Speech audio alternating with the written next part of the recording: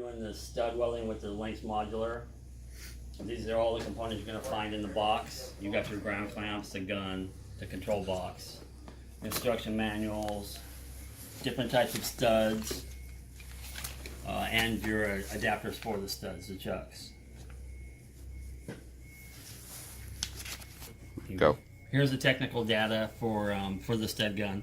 It's got your thickness gauges and then your different types of studs it'll take. Go. Wait a minute. Okay, to that, now we're going to set up the gun. We're going to use the chuck for, we typically use these for cutting board mounts. And that's just a simple stud, no threads. We're going to put this chuck in here to accept that stud.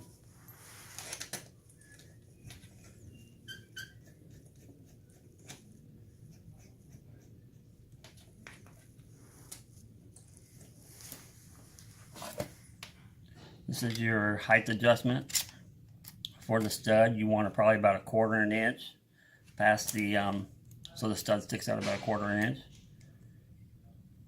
Tighten these back down. You always want to have it spring loaded so that when you're pushing this gun down, this ring here touches the surface. And then that's your grounding surface. That's this ring right here?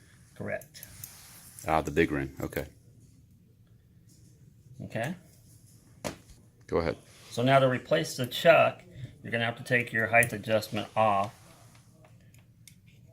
And it's got 4 set screws in it to lock it in.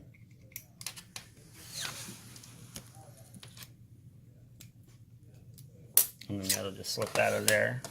And you got your wrench for your collet here. And then your chuck slips right out. All right. And there's an O-ring in there, right? Yeah, there's an O-ring inside this chuck. And then for the other point is we have the stud here. This is your height adjustment for the stud, so you can seat it all the way down. So you put your stud in, and then you put your lock nut in.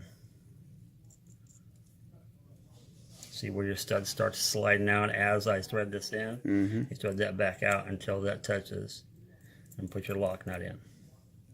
And then that goes back in to call it. All right. Okay, and then Tighten it down with the nut first, or no? you can. Doesn't matter. And then you set your height adjustment. These just snug down. You don't have to put them real tight. And then your height adjustment again is 1/4 inch.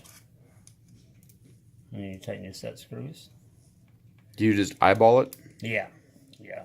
It's a spring-loaded chuck on this, so it'll doesn't have to really be 1/4 inch. You can be less. And then you'll check it just by pushing it down on the surface. Make sure the big ring touches. And that's it. Okay, now the setup of the gun. Or the control module. You just got the 4-pin plug that plugs into here. And you tighten it down. And then these are just twist locks. You got the little nub there.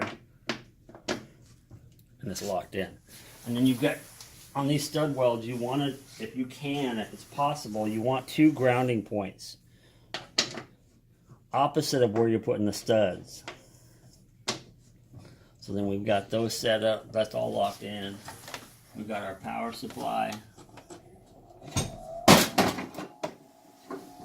Broken gun. Broken gun. You don't want to drop it. Okay. So what's on here? Now this is your thickness gauge. We've got that at the highest point right now, and you can see when we're doing steel diameters and all that stuff. And then we're going to turn this thing back down to, let's say 176. This is just your voltage reading.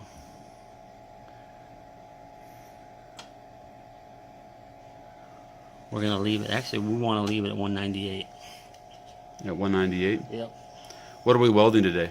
We're going to be doing stainless steel studs, and we're going to use one of those cutting board pins.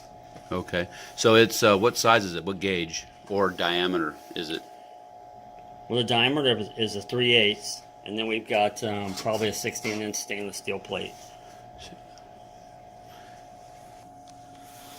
So now this is your ranges for your thickness of the metal on the stud, and we're going to be past this. We're using a 3/8 stud right now, so we're going to be in the gun range. So we're going to go to 198 on the setting instead of the 5/16 where you want 186.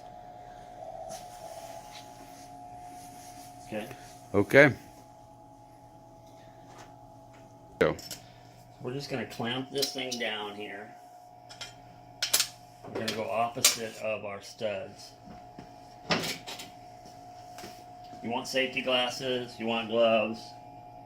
Sometimes these things will splatter out little slag pieces, so be safe.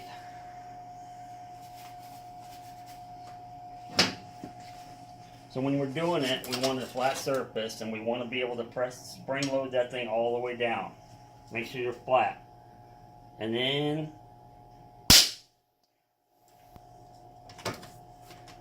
then that's it.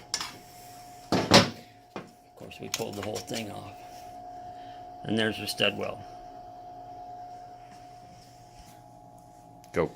Okay, so the last time the chuck pulled out because we just didn't have that tight enough, I just snugged it down a little bit more, reset it, and put a new stud in there. Now, when you're clamping these things and grounding them, a lot of times if you're doing it on a countertop and stuff, you're not going to be getting this close, so you just have to ground it wherever you can. Sometimes you can only use one ground clamp. And if you do that, it doesn't matter where you put the thing, just ground it. So it doesn't matter if you use one or two, really? Correct. No, it doesn't. They prefer it, but you just want to make sure it's grounded. Spring load that thing down, get your flat surface, and fire. And you can see the difference with the grounding. See how we had 2 ground clamps on there and then 1. And they're both on there. Of course, we like the better if you can ground it twice. Cool. Okay? Is there a safety on the gun or just to pull the trigger? Just pull the trigger. All right. No safety. The only safety is actually grounding it, because you can pull the trigger right now and it won't do anything. Okay. It only activates once it's grounded. So once you spring load it. Correct. Summary. If you have any problems, don't call me. The end.